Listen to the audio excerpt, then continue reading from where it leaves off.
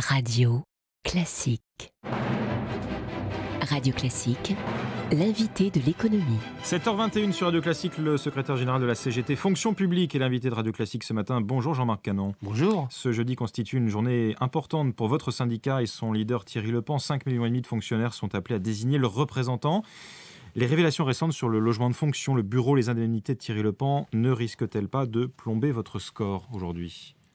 Écoutez, moi, c'est pas le sentiment que j'ai. Je pense que lorsqu'on est à la rencontre, quand on a mené notre campagne électorale, lorsqu'on est à la rencontre des fonctionnaires, qu'ils soient de l'État, de la fonction publique territoriale ou des hôpitaux publics, ce n'est pas ce qui nous remontait tout à fait objectivement. Je crois que les salariés de la fonction publique, et ils ont bien raison, ont d'autres soucis aujourd'hui que les éventuels dysfonctionnements de la direction de la CGT. En particulier, ils ont des questions de pouvoir d'achat, d'emploi public, de mission pour l'intérêt général. C'est ça qui les préoccupait. En tout cas, c'est ça qui nous est remonté, nous, dans les nombreux contacts que nous avons.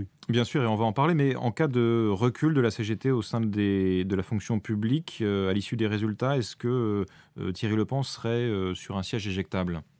Écoutez, il appartiendra à la direction de la CGT de tirer toutes les analyses de ce scrutin, qu'on soit à la baisse, en stabilisation ou en hausse. Dans tous les cas de figure, il faudra, je crois, se parler la vérité des prix. C'est aussi l'intérêt de ce scrutin. Il sera signe de nombreuses choses. Pour la CGT, il appartiendra à toute la CGT de tirer les conséquences d'un résultat de ce scrutin. Moi, de toute façon, je ne me place pas pour l'instant dans l'idée que la CGT baisse et perde des points à ce scrutin. Bien sûr, on parle d'une réunion mardi prochain du Parlement de la CGT, la commission exécutive confédéraliste. C'est là qu'une décision pourrait être prise ?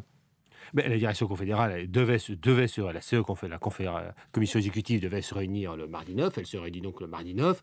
Évidemment, encore une fois, elle aura tiré un certain nombre de conséquences, et en particulier discuter du scrutin de la fonction publique, etc. Encore une fois, la CGT devra regarder toutes les causes qui conduisent au résultat. Mais encore une fois, là, on est parti sur l'idée que la CGT pourrait baisser dans la fonction publique. Moi, je veux partir sur l'idée que la CGT peut aussi augmenter. Et dans ce cas-là, on en tirera des analyses évidemment différentes que si on en baisse. Évidemment, Jean-Marc Canon, vous êtes optimiste, c'est normal. La CGT a toutefois vu sa représentativité reculer aussi au sein de plusieurs grandes entreprises cette année.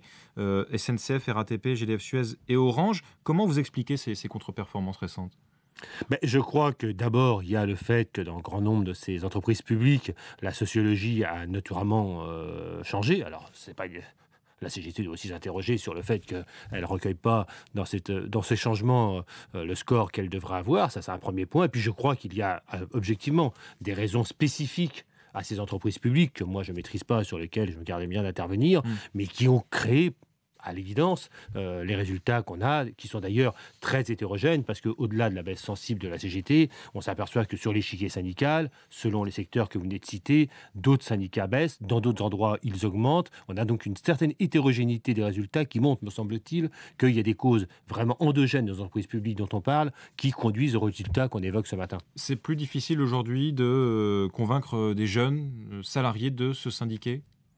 Pas plus difficile, pas plus facile non plus. Moi, je ne veux pas cacher non plus la réalité, même si le syndicalisme dans la fonction publique est relativement fort et qu'on a des taux de syndicalisation supérieurs au privé. Oui, très largement. Il n'y a aucune commune mesure. Il n'en demeure pas moins qu'il faut se dire parler la vérité. Il y a probablement une majorité d'agents dans la fonction publique qui ne sont pas syndiqués. Ça doit nous interpeller. Moi, je ne suis pas pour un syndicalisme sans syndiquer. Donc, le syndicalisme, et celui de la CGT, évidemment, a aussi à se poser les bonnes questions aujourd'hui. Jean-Marc Canon, vous dites ce matin dans Le Parisien que les fonctionnaires se sentent aujourd'hui trahis par François Hollande. Pourquoi ? Eh bien parce que c'est un constat, les fonctionnaires ou les agents de la fonction publique, parce que je rappelle que sur les 5 millions d'agents qu'on évoque, près d'1 million ne sont pas des fonctionnaires, sont des non-titulaires et des précaires qui vont voter. Bref, parce que ces agents-là ont beaucoup condamné la politique de Nicolas Sarkozy, et c'est un constat, ils ont plus que le reste de la population voté François Hollande en 2012, de manière au-delà de 60%, probablement, c'est toutes les enquêtes le montrent, et ils constatent à leur corps défendant, et malheureusement, que la politique suivie ressemble beaucoup trop à celle de Nicolas Sarkozy. Donc il y a à la fois un mécontentement de constater qu'ils n'ont pas le résultat qu'ils espéraient par leur vote de 2012, et ce mécontentement est aussi teinté évidemment de désillusion et des sentiments de trahison, parce qu'ils attendaient encore une fois sur les salaires, sur les effectifs, sur les missions, etc. Ils attendaient une toute autre politique, une politique en rupture, et cette politique en rupture n'est pas venue. Le gouvernement est toutefois revenu sur la suppression du jour de carence dans la fonction publique. Oui, c'est vrai, c'est un des points, d'ailleurs nous on le souligne, c'est un des points positifs, un des rares points positifs que nous avons obtenus. C'était une revendication portée par tous les syndicats.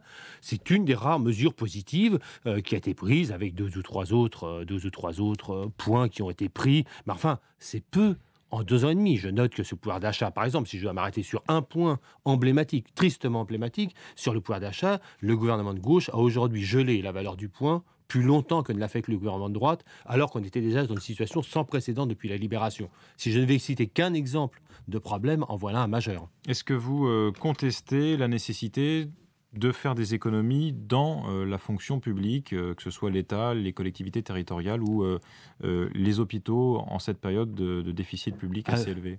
Ah oui, oui, moi je ne conteste pas dans la CGT qu'il faille réduire les déficits publics, c'est une évidence. Je conteste la façon dont on s'y prend. Je pense que là, on touche à des dépenses sociales extrêmement utiles. Vous parlez de l'hôpital public. Qui aujourd'hui peut dire que l'hôpital public a les moyens de son fonctionnement? Il suffit de s'y rendre pour se rendre compte que les compressions salariales, les compressions de moyens budgétaires, les compressions d'effectifs rendent par exemple ce service public vital pour la population dans une situation particulièrement préoccupante. Et donc la CGT conteste que ce soit sur ces mécanismes d'intérêt général, sur ces services publics dont la population a besoin, j'ajoute, dont l'économie a besoin. Parce qu'il n'y a pas d'économie pérenne, de croissance pérenne, sans services publics aussi au service de l'industrie.